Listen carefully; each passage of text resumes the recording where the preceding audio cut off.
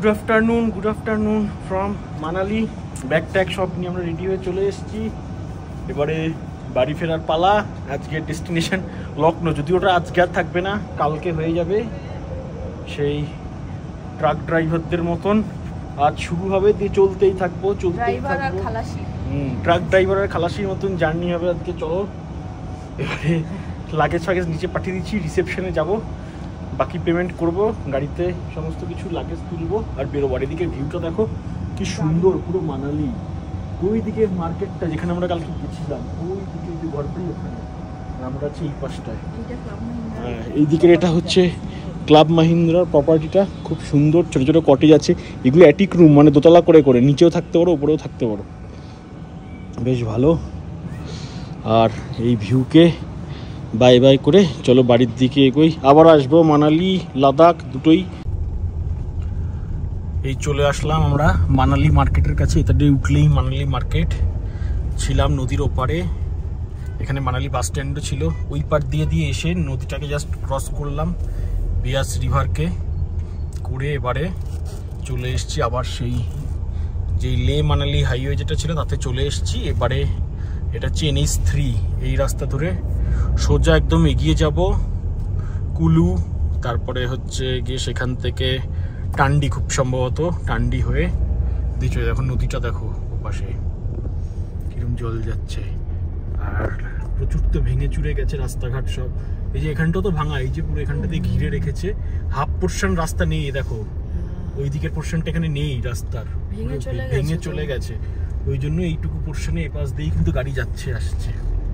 এখানে যেমন দেখো রাস্তাটা যে চওড়া, ওইখানে কিন্তু সেটা ছিল না, হাফ পোর্শন ছিল, হাফ পোর্শন পুরো ভেঙে চলে গেছে। এরকমই একটা কোন সাইডে দেখিয়েছিল জানো তো, মানে রাস্তা ভেঙে পুরো হোটেল ভেঙে ঢুকে যাচ্ছে। এইখানে মানালিতেই প্রচুর। এখান দিয়ে দেখো সব ভলভো দাঁড়িয়ে রয়েছে, এগুলো সব কিন্তু তোমার যায় হচ্ছে দিল্লি। সন্ধ্যাবেলায় ওদিক থেকে ছাড়ে, এদিক থেকে সন্ধ্যাবেলায় ছাড়ে। সারা এক রাত্রির জার্নিতে দিল্লি থেকে একদম মানালি। দেখো ওই পাশ দিয়ে দেখো প্রচুর দাঁড়িয়ে আছে বাস, প্রচুর ভলভো যায় দিল্লি আর মানালির মধ্যে। দেখো এইখানেও আবার রাস্তা ভেঙে চলে গেছে, দেখো নেই রাস্তা, হাফ পোর্শন রাস্তা পুরো নেই, যার জন্য আবার এদিকে এই যে এইখানটা দেখেছো কি অবস্থা, এই যে নদীর জল যাচ্ছে, হাফ পোর্শন রাস্তাই নেই এখানে। মানে এটা ডিভাইডার ছিল আগে। বেসিক্যালি রাস্তাটা ওই অবধি ছিল, এই যে মাঝে একটা ইসে করা ঢালাই করে ওই অবধি ছিল, ডবল লেনের রাস্তা ছিল, সেটা এখন ভেঙে হাফ রাস্তা হয়ে গেছে।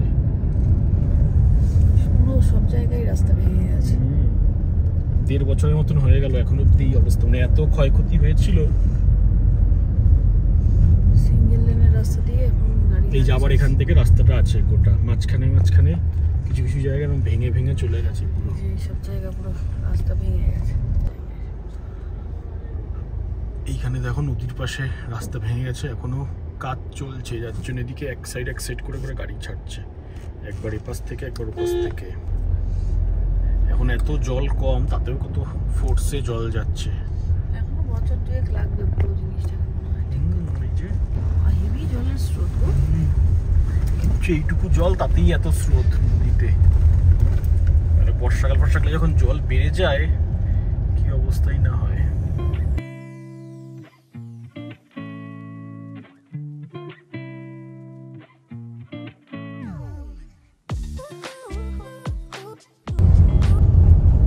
মানালি থেকে নেমে আসছি আস্তে আস্তে, আবার একটা কি টানেল পড়লো, কি টানেল কিছু লেখা দেখতে পেলাম না। এই জাস্ট মনে হয় মান্ডিটা ক্রস করলাম, মান্ডিটা ক্রস করে কিছুটা আসার পরেই একটা বিরাট টানেল পড়েছে। এটাও কিন্তু বেশ লম্বা টানেল, 3 কিলোমিটার, 2.5-3 কিলোমিটারের মতন লম্বা টানেল পুরো। আগের যে টানেলটা ছিল ওটা মান্ডি ক্রস, মান্ডির অনেকটা আগে, 36-37 কিলোমিটার মতন আগে। আর এইখান থেকে কি ওই টানেলটা কিরকম, এটা মনে হচ্ছে নতুন হয়েছে একটা, না আছে ভিতরে, এইখানটা দাঁড় করিয়ে ছাড়ছে। এই যে এই টানেলটা একটা নতুন হয়েছে, মান্ডির 35 কিলোমিটার মতন আগে টানেলটা পড়লো, এইটা নতুন টানেল। সাইড দিয়ে মনে হয় পুরনো রাস্তাটা ছিল।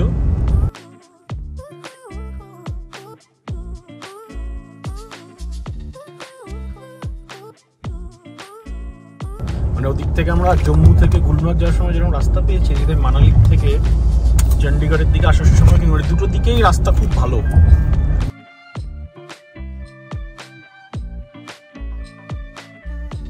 মান্ডি ক্রস করে প্রায় 20-30 কিলোমিটার মতন চলে এসেছি, আর 120 কিলোমিটার মতন বাকি আছে।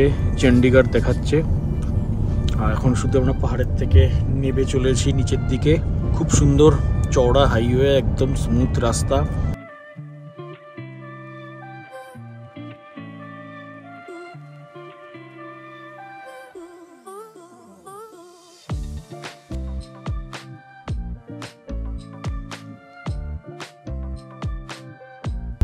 সানসেট হতে চলেছে, আমরা সিমলার দিকে এগোচ্ছি। আবার একটু একটু করে পাহাড়ে উঠছি নামছি, বাট হাইওয়েটা এরকমই রয়েছে, মানে হাইওয়েটাই পুরো পাহাড়ের মধ্যে দিয়ে কন্টিনিউ হয়ে চলেছে।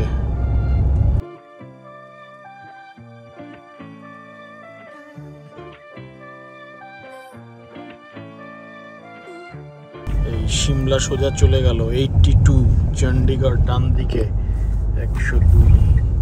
এই সোজা রাস্তাটা চলে যাচ্ছে সিমলা। আমরা এদিকে ঘুরে গেলাম চণ্ডীগড়ের দিকে।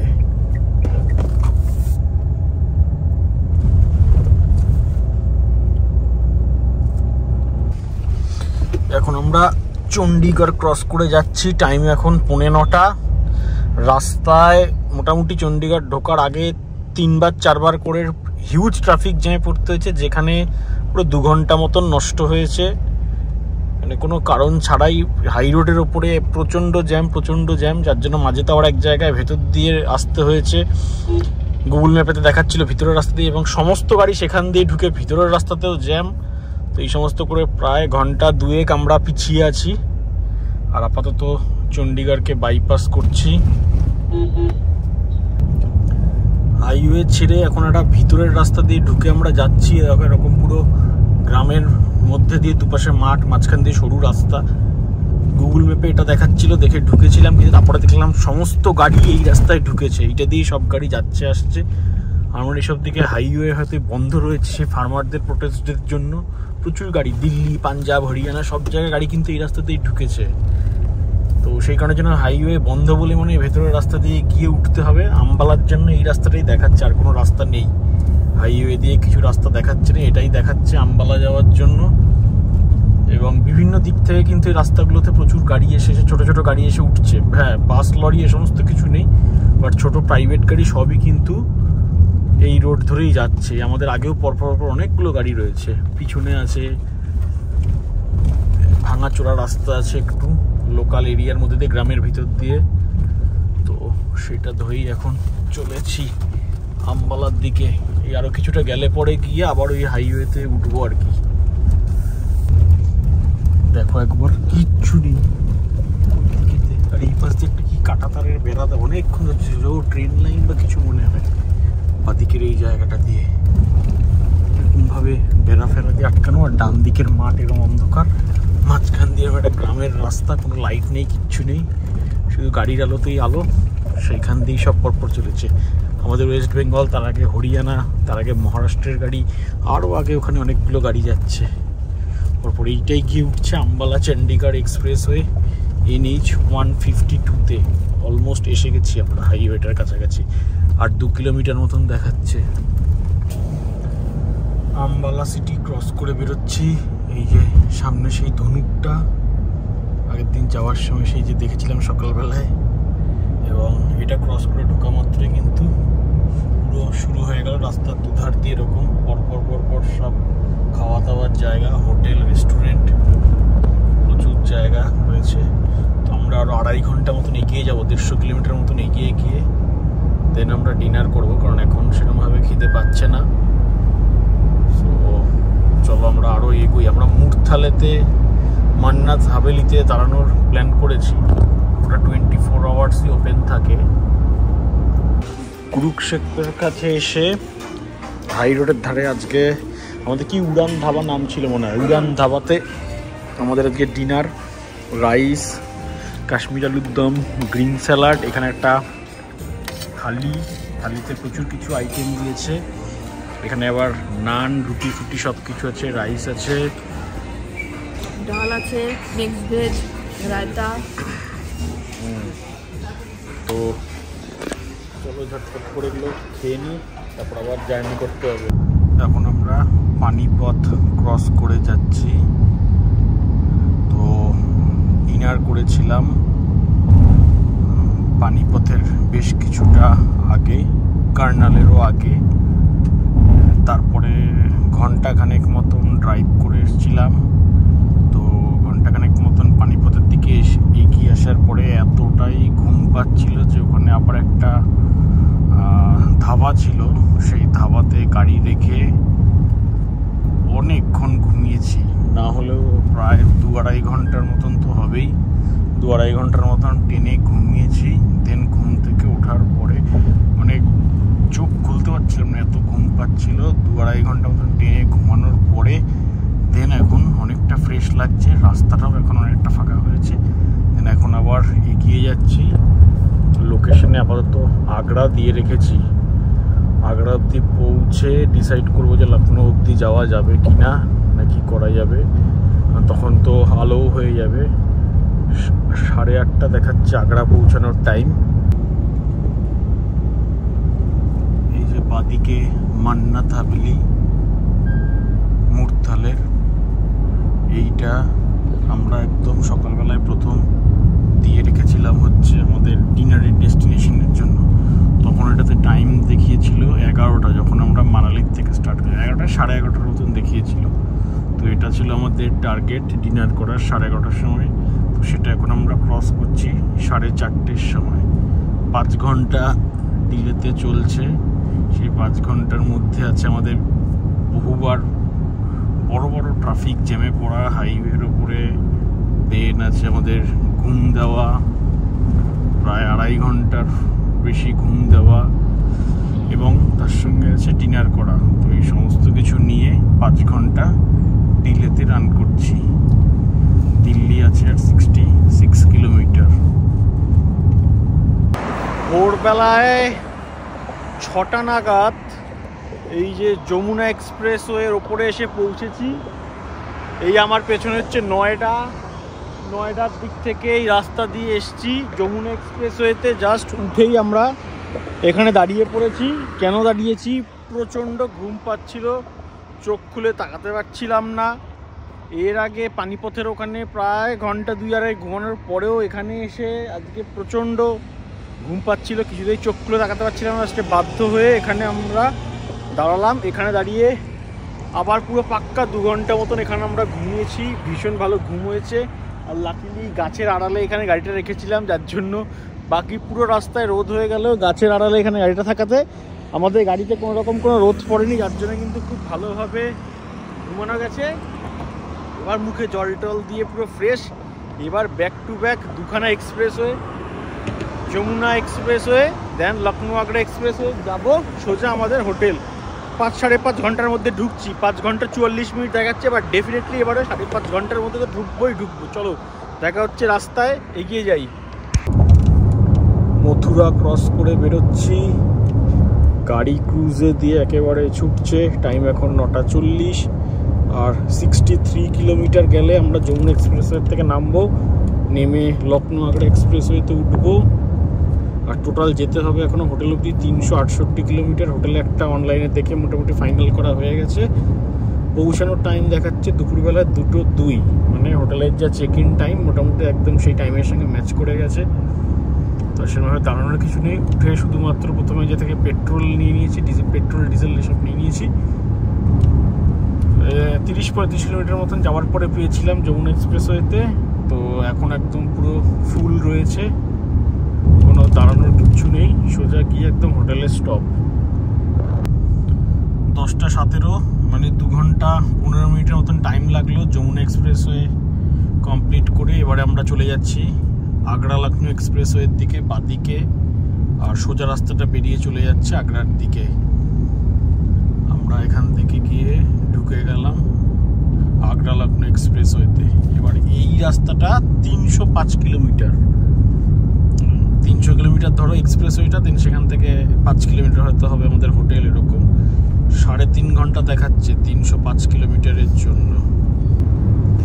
আর এই রাস্তায় এরকম এই যে লাইট পোস্টগুলো থাকা মানেই হচ্ছে ওইখান থেকে কোনো একটা এক্সিট বা ওই রাস্তায় কোনো জায়গা থেকে এসে একটা এন্ট্রি হচ্ছে রোডের। এটা হচ্ছে লখনৌ আগ্রা এক্সপ্রেসের সিম্বল। তো এই আমরা বেরিয়ে যাচ্ছি লখনৌ আগ্রা এক্সপ্রেসওয়ে থেকে। লখনৌতে 302 কিলোমিটার আমরা ট্রাভেল করলাম এই এক্সপ্রেসওয়ে ধরে।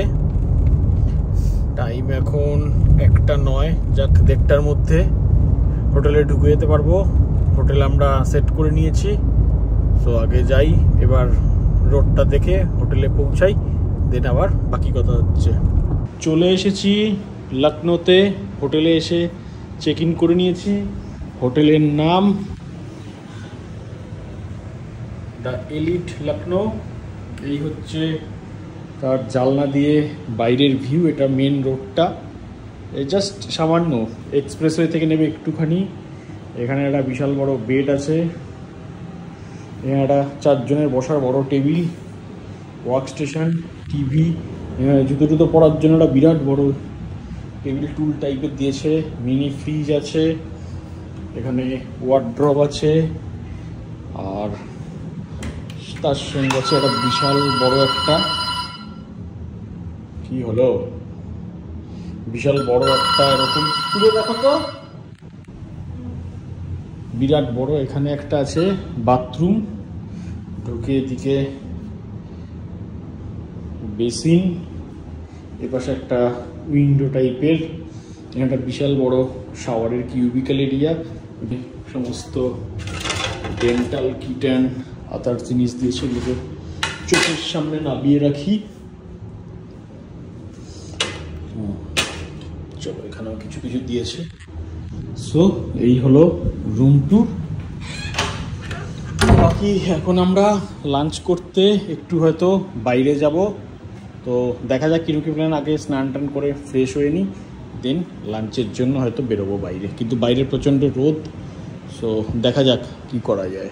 এখন আমরা যাচ্ছি বার্থডের খাওয়া খেতে। কি নামটাই জানি না, দস্তার খাওয়া বলে একটা খুব ভালো ফেমাস বিরিয়ানির দোকান লখনৌতে, সেইখানে যাচ্ছে। পাশে এখানে একটা ইকো গার্ডেন টাইপের কিছু রয়েছে, ইকো গার্ডেন আছে একটা। আমরা তার পাশ দিয়ে যাচ্ছি গাড়িতে চড়ে, হ্যাঁ উবেরে করে। রাস্তাটা খুব সুন্দর এখানে। চলো, কালকে রাত্রিবেলায় ভালো খাওয়া হয়নি, আজকে লাঞ্চে ভালো বিরিয়ানি খেয়ে বার্থডে সেলিব্রেশন হবে। সঙ্গে गलौटी कबाब। लखनऊ आए हो और गलौटी कबाब नहीं खाए हो तो क्या खाक लखनऊ आए हो। এই হচ্ছে দস্তারখান রেস্টুরেন্ট, দস্তার খাওয়া। আরে খুলতেই পারছে মেনু কার্ড। এই হচ্ছে মেনু কার্ড, এখানকার স্পেশাল গলৌটি কাবাব। কি বললে এখান থেকে? চিকেন মশলা, সিগনেচার ডিশ হচ্ছে চিকেন মশলা, আর এখানে মাটন কোরমা। আমরা আপাতত নিয়েছি গলৌটি কাবাব, মোগলাই পরাঠা আর চিকেন মাটন বিরিয়ানি। এই হচ্ছে মেনু কার্ড। এই হচ্ছে 2 পিস থাকে আর ফুলে 4। এখানে এটা এরকম দিয়ে গেল শুরুতেই। এই হচ্ছে পুরো রেস্টুরেন্ট। মনে হচ্ছে না লখনৌতে এসেছি, মনে হচ্ছে কলকাতার কোনো একটা রেস্টুরেন্টে এসেছি। চতুর্দিকে বাঙালি লোকজন কথাবার্তা বলছে। হ্যাঁ সেটা ঠিক, প্রচুর লোকজন, সবই ম্যাক্সিমাম বাঙালি। যে ওয়েটার যে অর্ডার নিলে সেও বাঙালি। তো চলো খাবার আসুক আগে দেখি। এসে গেছে আমাদের গলৌটি কাবাব, সঙ্গে পরাঠা, এখানে হচ্ছে অনিয়ন স্যালাড। এইটা খেয়ে নিই, দেন স্টার্ট হবে বিরিয়ানি। জমিয়ে খাওয়া দাওয়া হলো, গলৌটি কাবাব, পরোটা আর মাটন বিরিয়ানি। এখন পেট ফেট ঠেসে আরেকজন পান খেতে খেতে। লখনৌ আয়ে আর পান না খায় क्या লখনৌ আয়ে। এইসব খেয়ে দিয়ে একদম পুরো ইসে তবে করে। বিরিয়ানিটা খুব একটা আমার কিছু লাগেনি, নর্মাল। তবে গলৌটি কাবাব আর পরোটাটা একদম দারুণ। আর বললো ওদের আরও কিছু সিগনেচার ডিশ আছে, মটন কোরমা, চিকেন মশলা না কি একটা মেনুতে দেখছিলাম। বললো ওগুলো সিগনেচার ডিশ, তো পরে আবার কোনো সময় আসলে ওগুলো খাওয়া যাবে। মালদার একজন বাঙালি ছেলে ছিল, সেই সব গাইড করে করে দিল। এটা হচ্ছে গান্ধী আই হসপিটালের কাছে এই জায়গাটা, ফ্যামিলি কোর্টের পাশে। ফ্যামিলি কোর্ট, একদম ফ্যামিলি কোর্টের পাশে রেস্টুরেন্টটা। এখন আবার চলেছি হোটেলের দিকে ব্যাক করে। রেস্টুরেন্টের অ্যামাউন্ট দেখে তো আরোই আমরা অবাক হয়ে গেছি।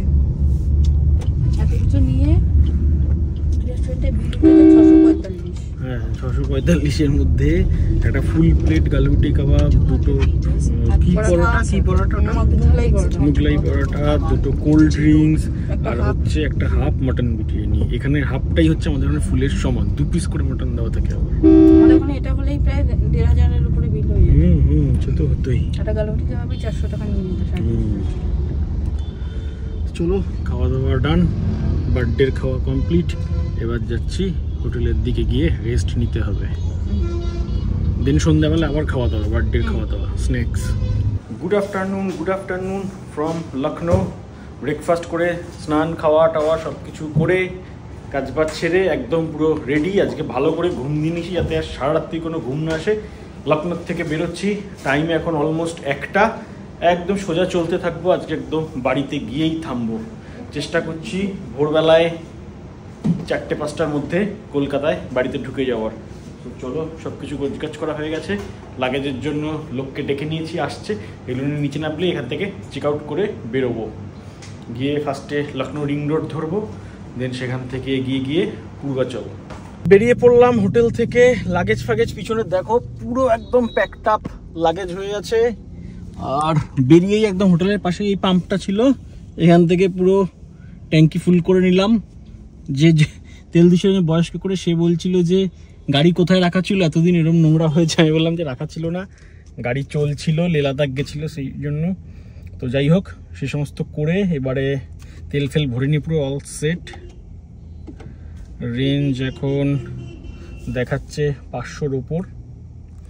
ও পাইলাম একটুখানি সেদিকে দোকানে গেছে, আসলে পরে দিন এগোবো। সামনে থেকে গিয়ে ব্রিজ, এই যে বাদিকে ব্রিজের তলা দিয়ে গিয়ে আউটার রিং রোড ধরবো, দিন ওদিক থেকে সোজা লখনৌকে কাট করে বেরোবো। 696 রেঞ্জ দেখাচ্ছে, সুতরাং চিন্তা নেই। এখন আবার সেই বিহার ফিহার গিয়ে তেল ভরবো, তার আগে আর কোনো তেল কিছু ভরতে পারবো না। টাইম দেখাচ্ছে পুরো 19 ঘন্টা, পৌঁছানোর সময় দেখাচ্ছে সকালবেলায় 9টা 44। লখনৌ শহরের ভিড়ের মধ্যে দিয়ে গুতোগুতি করে অবশেষে এসে রিং রোড উঠলাম। 4-5 কিলোমিটার রাস্তায় একেবারে আধ ঘন্টার ওপরে সময় গেল। এত ভিড়, ট্রাফিক, যে যেদিক দিয়ে পাচ্ছে যাচ্ছে আসছে, তার মধ্যে লরিগুলো যেন এগোতেই পারছে না। তো যাই হোক, গুতোগুতি করে অবশেষে 2:36-এ এসে আমরা উঠলাম লখনৌ রিং রোডে, আউটার রিং রোডে। এবার এটা দিয়ে গিয়ে সোজা বেরিয়ে যাব, একদম পূর্বাঞ্চলে গিয়ে উঠবো। ওখান থেকে আজমগড়, গাজীপুর হয়ে আমাদের NH2 দিল্লি রোডে চলে যাব। এট লাস্ট পূর্বাঞ্চল এক্সপ্রেসওয়েতে চলে আসলাম। লখনৌ আউটার রিং রোড দিয়ে বেশ ভালোই স্পিডে চলে আসলাম, একদম ফাঁকা ছিল রাস্তা। এবারে আমরা পূর্বাঞ্চল এক্সপ্রেসওয়েতে উঠবো। এখান থেকেই পূর্বাঞ্চল এক্সপ্রেসওয়ে স্টার্ট হচ্ছে, কিন্তু একদম এন্ড অবধি আমরা যাব না, তার আগেই গাজীপুরের দিয়ে যে রাস্তাটা সেখান দিয়ে আমরা বেরিয়ে যাবো। আগের দিন একদম পূর্বাঞ্চলের স্টার্টিং থেকে এসছিলাম বক্সার হয়ে, তো দেখলাম রাস্তা ভীষণ খারাপ, তো সেই জন্য আজকে আর আমরা বক্সার হয়ে যাব না। আজকে আমরা গাজীপুর হয়ে গিয়ে ওল্ড যে দিল্লি রোড NH2 সেটাকে ধরবো। পূর্বাঞ্চলের ওপরে আছি, পূর্বাঞ্চল থেকে আর কিছুক্ষণের মধ্যেই আমরা নেমে যাব। আর 30-40 কিলোমিটার আছে। আমরা নেমে যাওয়ার আগে গাড়ির কাজ ফাজগুলো পরিষ্কার করে নিচ্ছি। সন্ধ্যা হয়ে এসছে, প্রচুর পোকামাকড় মোড়ে লেগেছিল, সেই জন্য একটুখানি আমরা গাড়ির কাজ ফাজগুলো হেডলাইটে ক্লিন করে নিচ্ছি। আর এখানে দেখো একজন কিরমভাবে কাজ চালাচ্ছে, এই যে উঠে টিস্যু দিয়ে সমস্ত মোছামুছি করছে। ওদিকে গাড়ি আসছে, দেখো টিস্যু দিয়ে কাচ মোছা চলছে এখানে পূর্বাঞ্চল এক্সপ্রেস। আমি প্রথমে একটা কলিন দিয়ে কাপড় দিয়ে মুছে দিয়েছি, তারপরে এই একজন কাজে লেগে গেছে টিস্যু দিয়ে আরো ভালো করে করে সব কাজ ফাজগুলো মুছছে। হয়তো তো এখান থেকে এবার ক্লিন করে নিয়ে আবার স্টার্ট করবো। আর একটু বাদে পূর্বাঞ্চল থেকে নেমে যাব, তখন প্রচুর গাড়ি ঘোড়া থাকবে রাস্তায়, আর ক্লিন করার জায়গা পাবো না, সো এখানে করে নিলাম। এবারে চলো এগোতে থাকি। আবার পূর্বাঞ্চল এক্সপ্রেসওয়ে থেকে গাজীপুর এক্সিট দিয়ে আমরা বেরিয়ে চলে এসেছি। গাজীপুর এক্সিট থেকে বেরোনোর পরে 12 থেকে 14 কিলোমিটার মতন রাস্তা খুব ভালো ছিল, একদম 4 লেনের হাইওয়ের মতনই। কিন্তু তারপরে গাজীপুর সিটিতে ঢুকলাম। গাজীপুর সিটিতে ঢোকার পর থেকে কিন্তু রাস্তা আর ভালো নেই, এখন এরকম সরু রাস্তা, প্রচুর গাড়ি ঘোড়া রয়েছে এবং ভাঙাচোরা রাস্তা। গাজীপুর ক্রস করে আমরা এগিয়ে চলে এসেছি। আর একটু বাদেই আমরা গঙ্গাকে ক্রস করব। গঙ্গা নদী, যেহেতু আমরা বারাণসী দিয়ে আসিনি, গাজীপুর দিয়ে বেরোচ্ছি, তো এখানে আমাদেরকে গঙ্গা ক্রস করতে হবে একবার। গঙ্গা ক্রস করে আরও 40 কিলোমিটার মতন গেলে পরে দেন আমরা NH2 অর্থাৎ কলকাতা দিল্লি হাইওয়েতে গিয়ে উঠে যাব। এখন ভিতরের রাস্তাঘাটের এরকম অবস্থা, 33 কিলোমিটার এখনো দেখাচ্ছে ভিতরের রাস্তা দিয়ে যেতে হবে। দেখা যাক রাস্তা ফাঁকা হয় কিনা বা রোড কন্ডিশন কিছু ভালো হয় কিনা। আপাতত তো এইরকমই অবস্থা। হ্যাঁ, যেটা দিয়ে আমরা গেছিলাম বক্সার হয়ে, তার থেকে এটা অনেকটাই ভালো। ওটা একেবারে জঘন্য ছিল, পুরো রাস্তাটা প্রচুর ভাঙাচোরা ছিল এবং সবচেয়ে বড় কথা এক এক জায়গায় এতটাই ন্যারো ছিল, উল্টো দিক থেকে গাড়ি আসলে যাওয়া যাচ্ছিল না। সেই তুলনায় এটা এখনো অবধি দেখলাম ভালো রয়েছে। সো দেখা যাক কতক্ষণে আমরা ওই NH2 গিয়ে উঠতে পারি। NH2 ওঠার জাস্ট একটু আগেই আমরা বিহার বর্ডার ক্রস করে বিহারেতে ঢুকবো। ম্যাপেতে যেই রাস্তাটা দেখাচ্ছিল গঙ্গার উপর দিয়ে ক্রস করার জন্য, সেখানে দেখলাম ব্রিজ এখনো তৈরি হয়নি, কাজ চলছে। নিচ দিয়ে মাটি পাথর ফেলা রাস্তা দিয়ে সব গাড়ি ঘুরে ঘুরে আসছে। এসে এইখানে একটা কোনো ব্রিজ আছে, এই যে এই ব্রিজটার উপরে এসে উঠছে। এটা কিন্তু পুরনো ব্রিজ, আর ঠিক ডান দিক দিয়ে কিছুটা দূরেই কিন্তু নতুন ব্রিজ তৈরি হচ্ছে। এই যে দেখো, এখানে হয়তো বোঝা যাবে না ক্যামেরাতে, একদম গা দিয়ে একটা রেলের ব্রিজ, সঙ্গে আরো একটা ব্রিজ, এমনি অন্ধকার এমনি খালি চোখে দেখা যাচ্ছে দুটো ব্রিজ তৈরি হচ্ছে এই গঙ্গাটাকে পার করার জন্য। আমরা পুরনো ব্রিজের উপর দিয়ে ক্রস করে যাচ্ছি। ইউপি থেকে জাস্ট চেকপোস্ট ক্রস করে বিহারে ঢুকে গেলাম। একজন পুলিশ বসেছিল একটা চেকপোস্টের গেটে। দেন সেখান থেকে ক্রস করে ভিতরের একটা রাস্তা দিয়ে যাচ্ছি। এটা মানে স্টেটের থেকে এক স্টেট থেকে অন্য স্টেটে যাচ্ছি, কিন্তু মেন রোড দিয়ে না গিয়ে একদম ভিতরের একটা রাস্তা দিয়ে ক্রস করে যাচ্ছি। গুগল ম্যাপে এই রাস্তাটাই দেখাচ্ছে, এই রাস্তাটা শর্ট, প্লাস এই রাস্তাটা মেন রোডের থেকে এর কন্ডিশন ভালো। সদ্য নতুন হয়তো বানিয়েছে রাস্তাটা, যার জন্য রোড কন্ডিশনটা খুব ভালো আছে। জায়গায় জায়গায় শুধু স্পিড লিমিটে রাখার জন্য এরকম করা, এই স্পিড বাম্প দেওয়া, বাকি কিন্তু একদম ফাইন রোড এবং গাড়ি ঘোড়া নেই, পুরো ফাঁকা একদম মাঠঘাটের মধ্যে দিয়ে। সো ঝটপট করে যাওয়া যাচ্ছে, গাড়ির সংখ্যা মেন রোডের থেকে কমও এখানে, তো খুব ফাস্ট যাওয়া যাচ্ছে। আর 9 কিলোমিটারে আমরা NH2 গিয়ে উঠবো।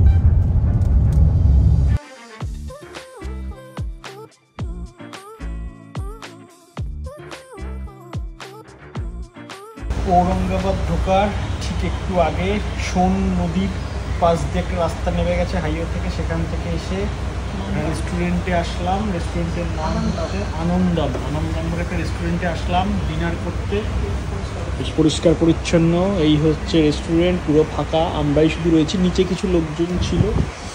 এই পুরো রেস্টুরেন্ট। খাবার অর্ডার করা হয়েছে, ফ্রাইড রাইস, চিলি চিকেন, এখনো আসেনি।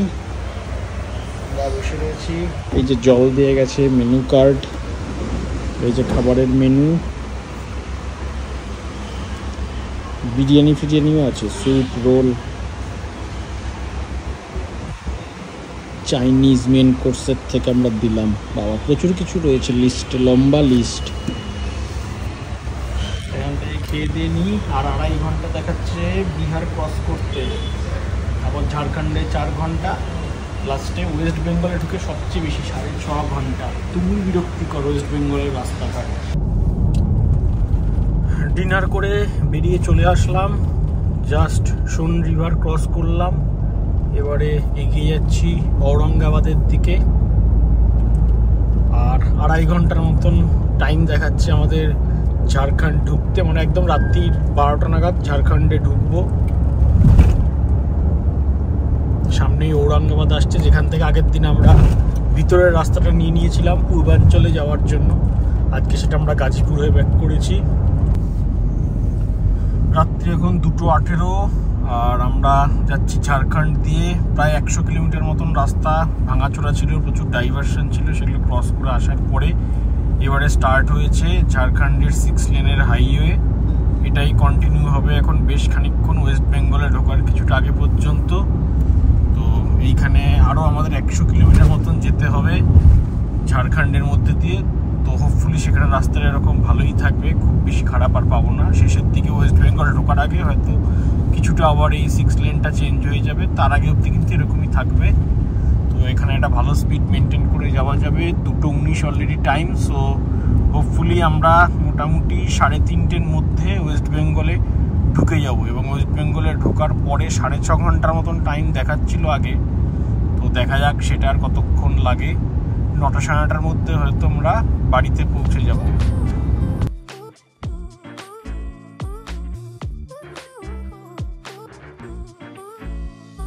তো অ্যাট লাস্ট আমরা ওয়েস্ট বেঙ্গলে ঢুকে গেলাম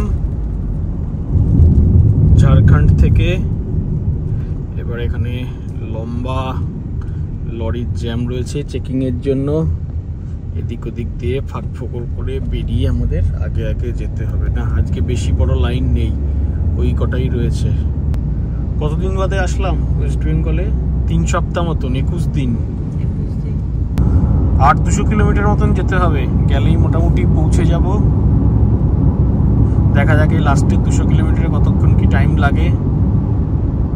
টাইম তো প্রথমে গুগল ম্যাপেতে প্রচুর দেখাচ্ছিল, 6.5 ঘন্টা দেখাচ্ছিল এইখানে ঝাড়খণ্ড ওয়েস্ট বেঙ্গলের বর্ডার থেকে আমাদের বাড়ি পর্যন্ত। তো সেটা দেখা যাক কতক্ষণে যাই। 3:30-তে ঢুকে গেলাম। এবার এখান থেকে আর কতক্ষণ লাগে দেখা যাক। দিনের আলো ফোটার যতটা আগে আগে পৌঁছে যাবো তত ওদিকে গিয়ে ট্রাফিক জ্যামটা কম থাকবে কলকাতায় ঢোকার সময়। পানাগড় বাইপাস দিয়ে ক্রস করে যাচ্ছি। ম্যাপেতে এখানে একটা লাল দেখাচ্ছে, পুরো জ্যাম দেখাচ্ছে পানাগড় বাইপাসে। আগে রাতের দিকে মনে হয় ছিল, এখন আর জ্যামটা নেই। তো সেই জ্যামটা এখন তো আমরা পাচ্ছি না, আমরা ফ্রিলি বেরিয়ে যাচ্ছি, যার ফলে হয়তো টাইমটা এখানে কিছুটা কমবে। 9টার কাছাকাছি টাইম দেখা যায়। দেখি এই জ্যামের পুরো জায়গাটা ক্রস করে যাওয়ার পরে কতক্ষণ টাইম দেখায়। এখানে পানাগড় বাইপাসের উপরেই যে এখানে বাহাতে একটা ইন্ডিয়ান অয়েলের পাম্প আছে, এখানে কিন্তু 6 বালিগঞ্জ মিলস আর সঙ্গে একটা সুন্দর কফি শপও আছে এটাতে। এই যে বাদিকে এখানে পড়বে, এখন বন্ধ রয়েছে দুটোই। আর ডান দিকেও একটা ঠিক পেট্রোল পাম্প আছে উল্টো দিকে, সেখানেও একটা ভালো কি খাবারের দোকান আছে, আমার নামটা ঠিক খেয়াল নেই।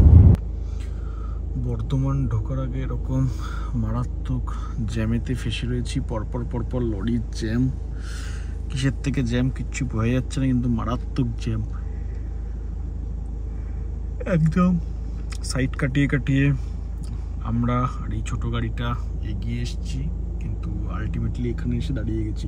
উল্টো দিক দিয়ে কিন্তু ফুল পিক আপে গাড়ি বেরোচ্ছে। এই সাইডটা যে কী হয়েছে কোনো ঠিক ঠিকানা নেই, একদম লরির পুরো জ্যাম হয়ে রয়েছে।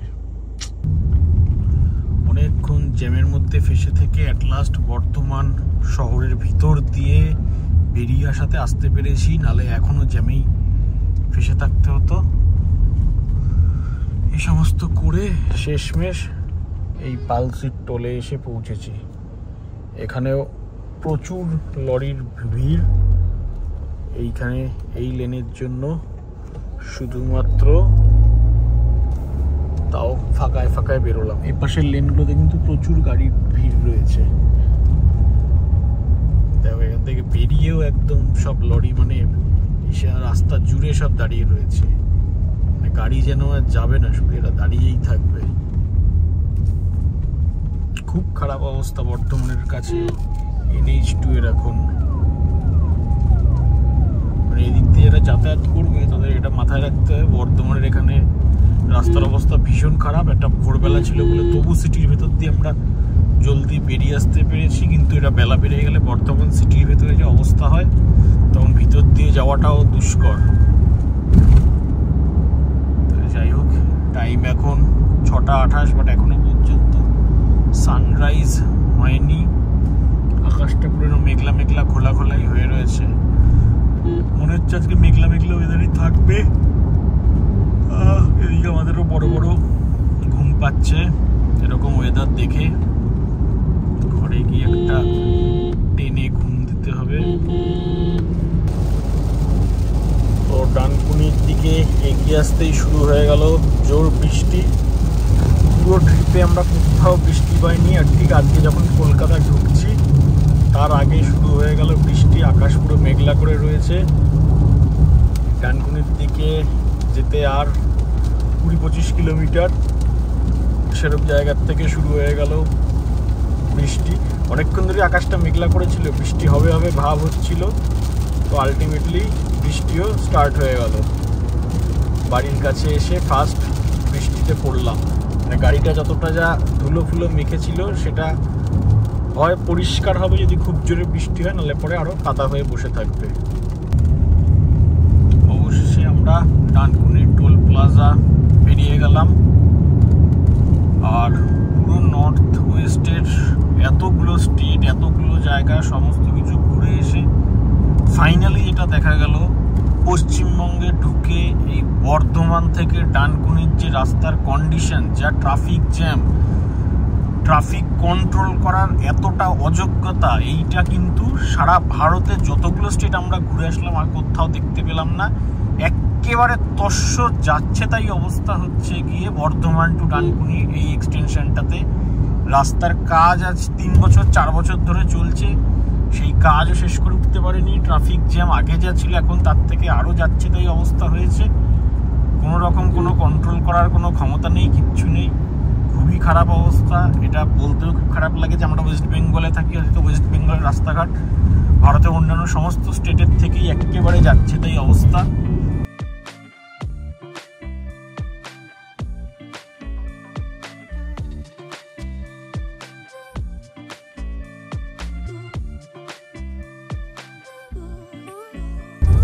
অবশেষে আমরা 3 সপ্তাহে লাদাখ ট্রিপ কমপ্লিট করে বাড়ি ফিরলাম। টোটাল ড্রাইভ হয়েছে 122 ঘন্টা 53 মিনিট।